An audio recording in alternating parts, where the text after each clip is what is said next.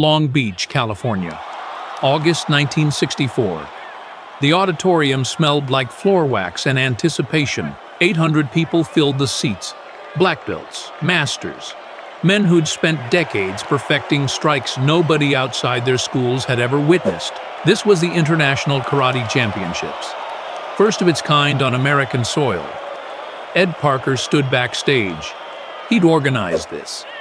Knew every name on the roster. Japanese stylists, Okinawan traditionalists, Korean fighters, men who bowed with precision, demonstrated kata that looked like poetry. Then he told them about the Chinese kid, 23 years old, no tournament record, no famous teacher anyone here recognized. He wasn't even competing, just demonstrating. Some instructors exchanged looks. Kung Fu wasn't respected here. This was karate country, serious systems, combat-tested methods. Chinese martial arts were theatrical, impractical, movie nonsense. The young man walked onto the stage. Black pants, plain shirt. No entourage, no dramatic entrance. He moved to center stage and stood there, calm, present. The crowd didn't quiet immediately. A few people were still talking. This looked like filler between real demonstrations. He asked for a volunteer. A larger man stepped forward. Karate practitioner. Heavier, broader. He climbed the stage stairs. The young man positioned him carefully, handed him a thick pad, told him to hold it against his chest and brace. Then he stood 1 inch away. 1 inch. From here, he said, and punched. Bruce Lee had been in America 5 years. Arrived from Hong Kong in 1959, 18 years old, maybe $100 total. He'd trained under Yip Man Wing Chun lineage, close-range principles, efficiency over flash. But Yip Man meant nothing in California. Wing Chun meant nothing here. Lee opened a school in Oakland, called it Junfan Kung Fu Institute. Junfan was his Chinese name. Students were mostly Chinese-American at first, then white students appeared. That raised eyebrows. There were unwritten rules about teaching outsiders. By 1964, he had 20 serious students, not famous, not wealthy, teaching, refining, questioning everything he'd learned. He was already abandoning classical Wing Chun, too many wasted movements. He stripped it down, tested what survived pressure. Ed Parker had met him a year earlier. Parker ran a Kenpo school in Pasadena. Heard about this Chinese instructor up north who moved differently. Went to observe. What he saw disturbed him. Lee's speed wasn't normal. Not the speed of 10,000 repetitions, something sharper, more efficient. Parker was experienced enough to recognize breakthrough when he saw it. He invited Lee to Long Beach. The invitation wasn't neutral. Parker knew it would trigger reactions. The tournament was Japanese and Okinawan territory. Karate men, traditional stylists. Kung Fu was viewed as inferior, theatrical, soft, impractical. Lee accepted. He didn't prepare elaborate choreography. No forms. He'd show principles. Raw mechanics. What a body could do when it stopped performing and started functioning. Tournament day arrived hot and clear. The Long Beach auditorium filled steadily. Black belts from across America, instructors with decades of experience. Some had trained in Japan during occupation. They knew real martial arts, or believed they did. Lee arrived quietly. Simple clothes, moved through the crowd unnoticed. Watched earlier demonstrations, traditional kata, breaking techniques. Everything formal, structured, predictable. Parker introduced him. Polite applause, curious but restrained. Lee walked onto stage alone. No students, no setup. Positioned himself center stage. Scanned the audience. Relaxed posture. Not rigid karate stance. Just present. He asked for a volunteer. A pause. Then a larger man stepped forward. Karate background. Heavier, taller than Lee. Walked up the stairs. Lee positioned him carefully. explained what would happen. Before starting, Lee said something quiet, direct. It's not about hitting hard. It's about transferring force efficiently. A few people in front leaned forward. Most didn't understand yet. Lee handed the volunteer a thick pad, training equipment designed to absorb impact. The man held it against his chest, both hands, braced himself. 50 pounds heavier than Lee. Solid. He'd taken hits before. Lee stood close, very close. His fist hovered 1 inch from the pad. 1 inch. He looked at the crowd. From here, then punched. The volunteer's body jerked backward. Not a stumble, full displacement. His feet skidded across the stage. 2 steps. 3. He caught balance near the edge. The pad still clutched to his chest. His face had changed. The crowd murmured. Lee reset. 3 inches away this time. Same principle. He explained while demonstrating kinetic chain, whole body engagement, releasing energy versus pushing it. The volunteer braced harder. Didn't matter. Lee's fist snapped forward. 3 inches of travel. The man slid backward again. Someone exhaled audibly. This wasn't choreography. No wind-up, no visible preparation. Just compact movement generating impossible force. The volunteer looked like he wanted to speak, but didn't. Lee called him back. Did it again. Again. Each time, crowd noise dropped. Conversations stopped.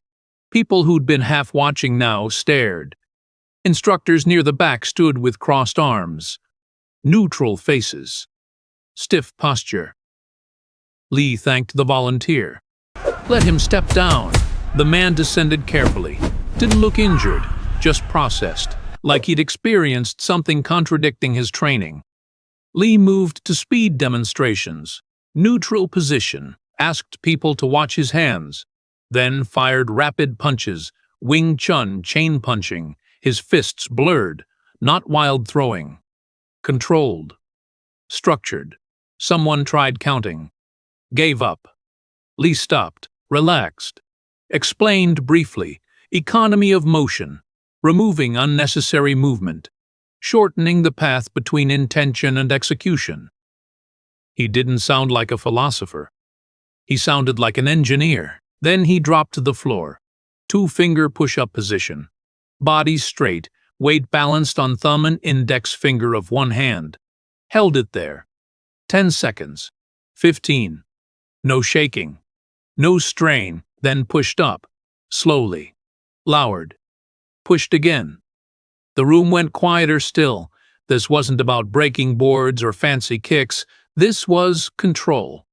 Absolute control. Understanding tension, leverage, structure at levels most never reached. Lee stood. Brushed his hands. Speed is important, he said, but without precision, it's just movement. He demonstrated defense. Someone threw a slow punch. Lee intercepted, not blocking, redirecting. His hand moved along the attack line, deflecting with minimal effort. Meet force with structure, not with force. The volunteer threw again. Lee redirected, then countered, a simulated strike stopping an inch from the man's face. Fast enough the man blinked. Lee stepped back. Paused. The pause felt deliberate. Like he was deciding whether to continue. He chose more. Speed drill with kicks. Low, fast, direct. No spinning. No jumping. Just mechanical efficiency. His legs snapped out and retracted like a single motion. Once, twice, 5 times rapidly. Karate practitioners watching recognized principles.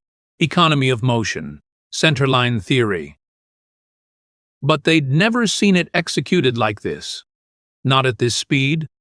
Not with this relaxation between strikes. Lee stopped. 15 minutes total. No grand finale. No breaking technique. No dramatic form. He just finished. Stood there briefly. Nodded slightly. The room didn't know how to respond. Applause started unevenly.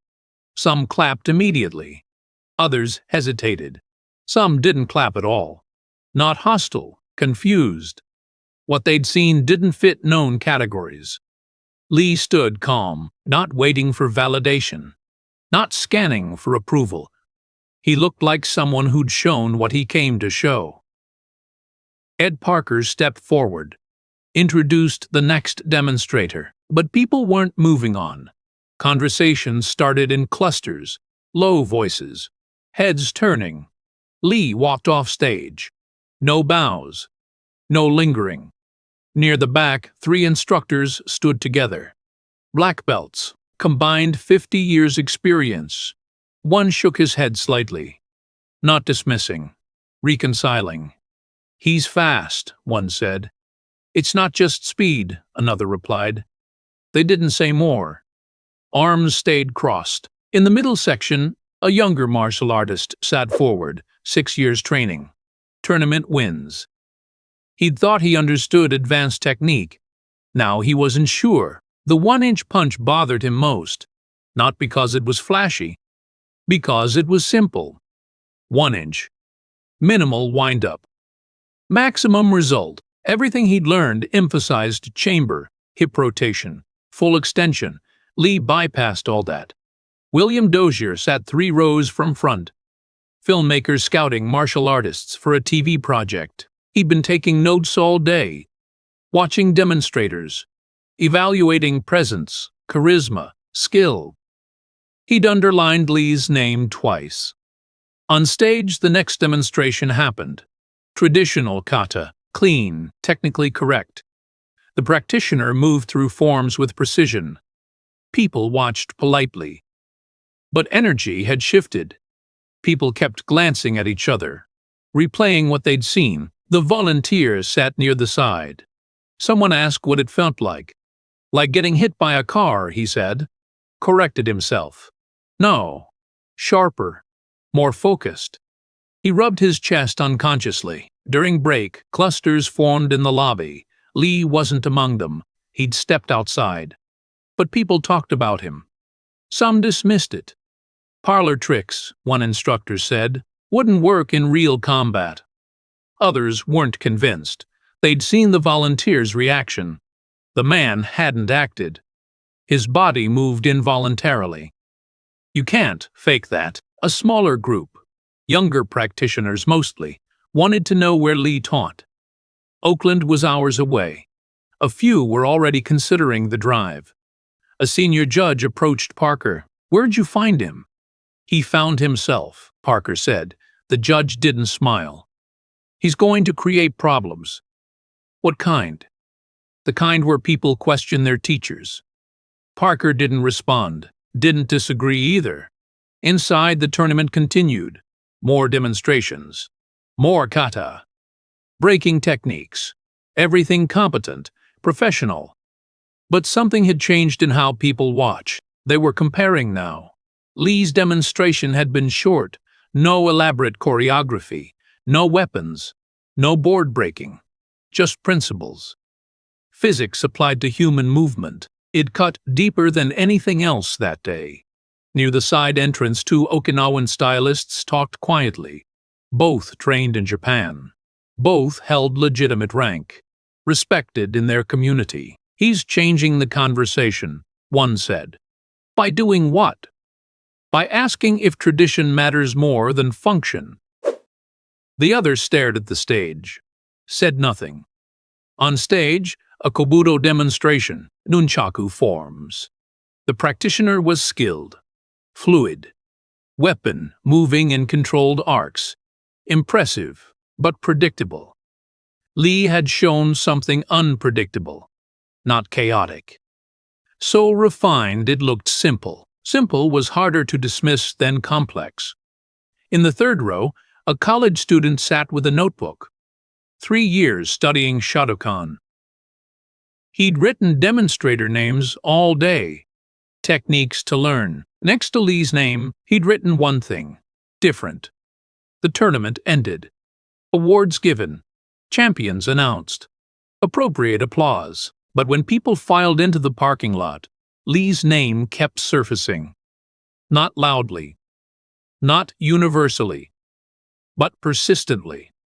like a frequency that, once heard, couldn't be unheard. Some drove home thinking about hip rotation versus whole body mechanics. Others thought about the volunteer's face, genuine surprise. A few thought about their own schools, their students, whether they taught principles or just repeated forms. Lee had been on stage 15 minutes, but the demonstration hadn't ended when he stepped down. It continued in parking lot conversations, in car rides home, in silence of instructors, suddenly unsure what to say. Word traveled quietly at first. No newspapers, no magazines, just phone calls. Conversations after class, instructors mentioning to other instructors. There was this guy at Long Beach. Within 2 weeks, Lee's name circulated through martial arts communities in 3 states. Some called Ed Parker directly, asked for Lee's contact. Parker gave it to some. Not all. He was protective. Knew helpful attention from destructive. A few instructors drove to Oakland, showed up at Lee's school unannounced. Wanted to see if rumors were real. Lee accepted some visitors, turned away others. He could distinguish genuine curiosity from people wanting to challenge him. Challengers got polite refusal. Curious ones sometimes got invited inside. One was a judo instructor from Sacramento. 40-something. Legitimate credentials. He'd heard about the 1-inch punch, wanted to understand mechanics. Lee demonstrated on him. The instructor absorbed it, processed, then asked questions for an hour. Technical questions. Weight distribution. How Lee generated force without chambering. The role of relaxation and power. Lee answered everything. No mysticism. No secrets. Just biomechanics explained clearly. The instructor left respectful but unsettled. Drove home thinking about how much of his teaching was built on untested assumptions. Not everyone reacted that way. A Taekwondo instructor in Los Angeles heard about Lee, dismissed him immediately. Chinese parlor tricks, he told students, not applicable in real fighting. One of his students had been at Long Beach. Said nothing, but started looking for ways to train with Lee. In Seattle, martial artists met in someone's garage. They'd all heard about the demonstration. Tried recreating the 1-inch punch based on descriptions. Failed repeatedly. One finally said, "Maybe we're missing something fundamental." They trained harder. Asked different questions. Started stripping unnecessary movements from their techniques. They never trained with Lee directly. But his demonstration triggered something. A willingness to question. That happened in scattered pockets. Not everywhere. Not most places. But enough. William Dozier made his phone calls. Reached Ed Parker first. Asked for Lee's contact. Parker gave it with one condition. Don't waste his time. If you're serious, be serious. Dozier contacted Lee late September. Offered a screen test for a TV project. Lee was skeptical. He'd been approached by Hollywood before. Nothing materialized, but Dozier was persistent. Professional. Lee agreed to meet. That meeting led to a screen test. The screen test led to a role. Not lead. The network wasn't ready. But recurring character, Kato, in The Green Hornet. The show wouldn't air until 1966, but casting happened because of Long Beach. Because Dozier had been in the audience. Because Lee's 15 minutes convinced him this person belonged on camera. Lee didn't know that yet. Still teaching in Oakland. Still refining. Still questioning everything. But something had shifted. School enrollment increased. Not dramatically, but steadily. More non-Chinese students. More people who'd heard about Long Beach second-hand or third-hand. Some came for the 1-inch punch. Lee taught them, then taught why the punch itself didn't matter. What mattered was principle, efficiency, directness, elimination of wasted motion. A few students left disappointed. They'd wanted secrets. Lee only offered work. Others stayed. Trained seriously, started understanding what he was building. In November, Lee received a letter from Hong Kong. A martial artist had heard about Long Beach through mutual contacts, wanted Lee to demonstrate there. Lee declined, not interested in touring, not interested in proving himself repeatedly. He'd already proven what he needed. But invitations kept coming. Small seminars, private demonstrations. People wanted access to whatever he had. Lee accepted some, always on his terms, never demonstrated just to show off, only when he thought it would advance understanding. In December, a magazine contacted him. Small publication, martial arts focus.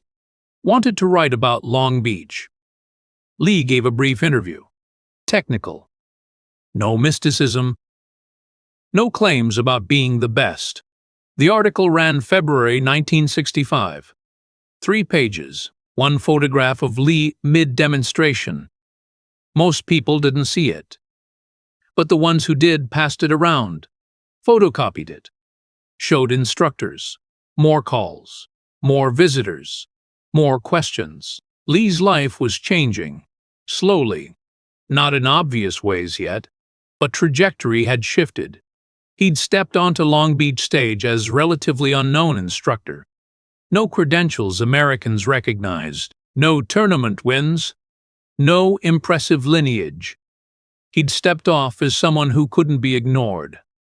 Not by everyone, not even by most, but by enough. The people who mattered, the ones willing to question, test, evolve, had noticed, and they weren't forgetting. By spring 1965, people asked a different question, not who was that guy at Long Beach, but were you there? It became a marker, reference point. People who'd been in the auditorium that day carried it differently, witnessed something firsthand. Ones who heard later always wanted details. What did it look like? How hard did he hit? Was it staged?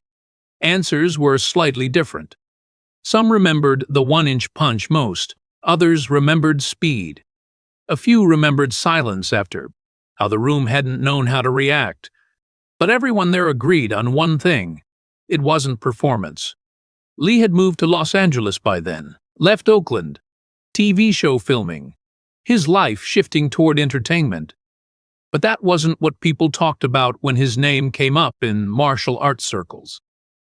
They talked about Long Beach. In a San Francisco dojo, an instructor taught a modified 1-inch punch. Never trained with Lee. Only seen the demonstration once, but spent months understanding it, breaking it down, testing it. Students asked where he learned it. From watching someone who understood something I didn't, he said. Didn't mention Lee's name. Didn't mean to. In Texas, a Marine instructor incorporated Lee's principles into hand-to-hand combat training. Efficiency. Economy of motion. Eliminating telegraphing. Never met Lee, only read about Long Beach in that small magazine article. But principles worked. Trainees responded faster. Hit more effectively. Technique spread quietly.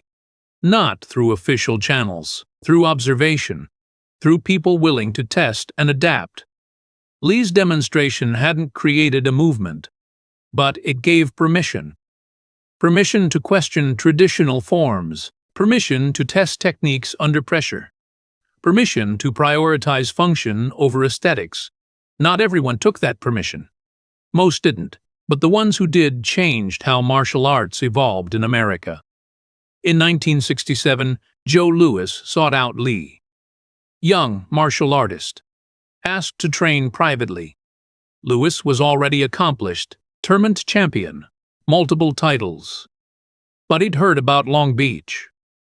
Wanted to understand what Lee had been doing. Lee trained him.